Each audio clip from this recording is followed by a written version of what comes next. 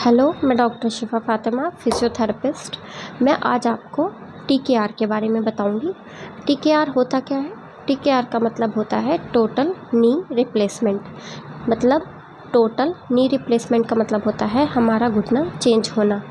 हमारा घुटना चेंज होना, अगर आपको किसी को ये प्रॉब्लम है घुटने की और डॉक्टर सर्जन ने आपको बोला है कि आपका घुटना चेंज होगा, और आप किसी का जिसका घुटना चेंज हुआ है वो आपको बोलेगा कि आपको नहीं कराना चाहिए, उसको प्रॉब्लम हुई होगी, उसका घुटना में दिक्कत हुई होगी, उसका सक्सेसफुल नहीं हो पाया होगा।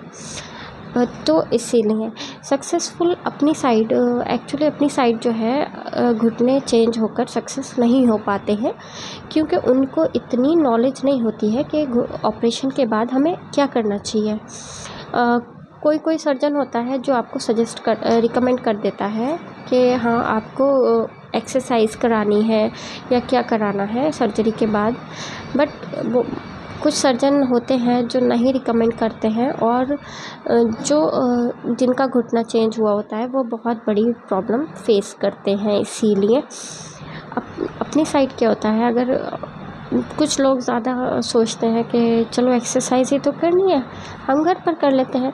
अगर आप घुटना चेंज होने के बाद एक्सरसाइज घर पर करने की कोशिश करते हैं तो आप नहीं कर पाते हैं, आप अपना घुटना जाम कर लेते हैं, क्योंकि एक्सरसाइज जो होती हैं उनकी टेक्निक्स आपको नहीं पता होती हैं। और दूसरी बात, एक्सरसाइज जैसे जैसे रिकवरी होती जाती है घुटने की, एक्सरसाइज वैसे वैसे चेंज होती रहती है। एक एक्सरसाइज एक टाइम पर नहीं चलती है, वो मॉडिफाई होती रहती है, और जैसे जैसे रिकवरी होती है उसके अकॉर्डिंग एक्सरसाइजेस बदलती रहती हैं।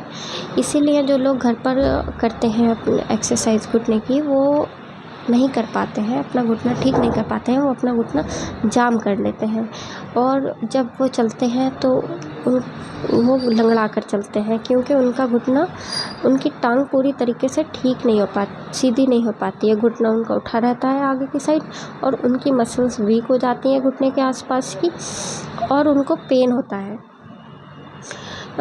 मैं मानती हूँ पहले जो टाइम होता था उसमें टीकेआर की सक्सेस रेट बहुत कम थी, क्योंकि इतनी फैसिलिटीज़ नहीं थी, इतनी लोगों को समझ भी नहीं होती थी।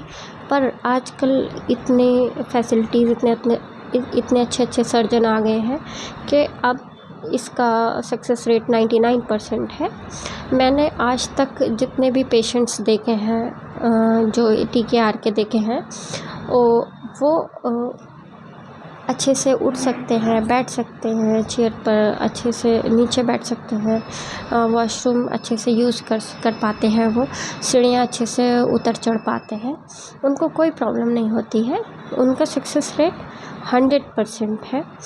और अगर आप सोच रहे हैं घुटना चेंज कराने के बारे में, तो आप पहले से ध्यान रखना कि अगर आपका घुटना चेंज होता है तो जस्ट ऑपरेशन के बाद आपको फिज़ियोथेरेपी स्टार्ट करनी है, जो 3 महीने की होती है, 3 मंथ की होती है।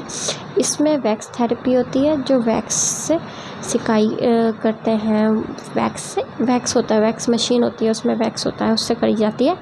और फिज़ियोथेरेपी एक्सरसाइजेस चलती हैं जो टाइम टू टाइम चेंज होती रहती हैं, वो एक जैसी एक्सरसाइजेस नहीं होती हैं, कुछ एक्सरसाइज सेम रहती हैं, कुछ चेंज होती हैं, वो पेशेंट के अकॉर्डिंग फिज़ियोथेरेपिस्ट अपने आप करता रहता है।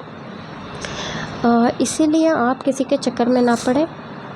आप एक बात का और ध्यान रखें, जब आप अपने सर्जरी के लिए जाएंगे तो आप पैसे बचाने के चक्कर में किसी अनएक्सपीरियंस सर्जन के से ऑपरेट ना कराएं, अपना सर्जरी ना कराएं।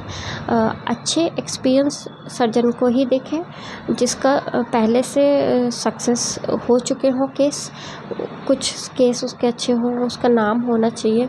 और अच्छा सर्जन आपको फिज़ियोथेरेपी ज़रूर रिकमेंड करता है, और अगर सर्जन नहीं करता है तो आप अपने इस बात का बहुत ख्याल रखें कि आपको फिज़ियोथेरेपी स्टार्ट करनी है जस्ट आफ्टर ऑपरेशन।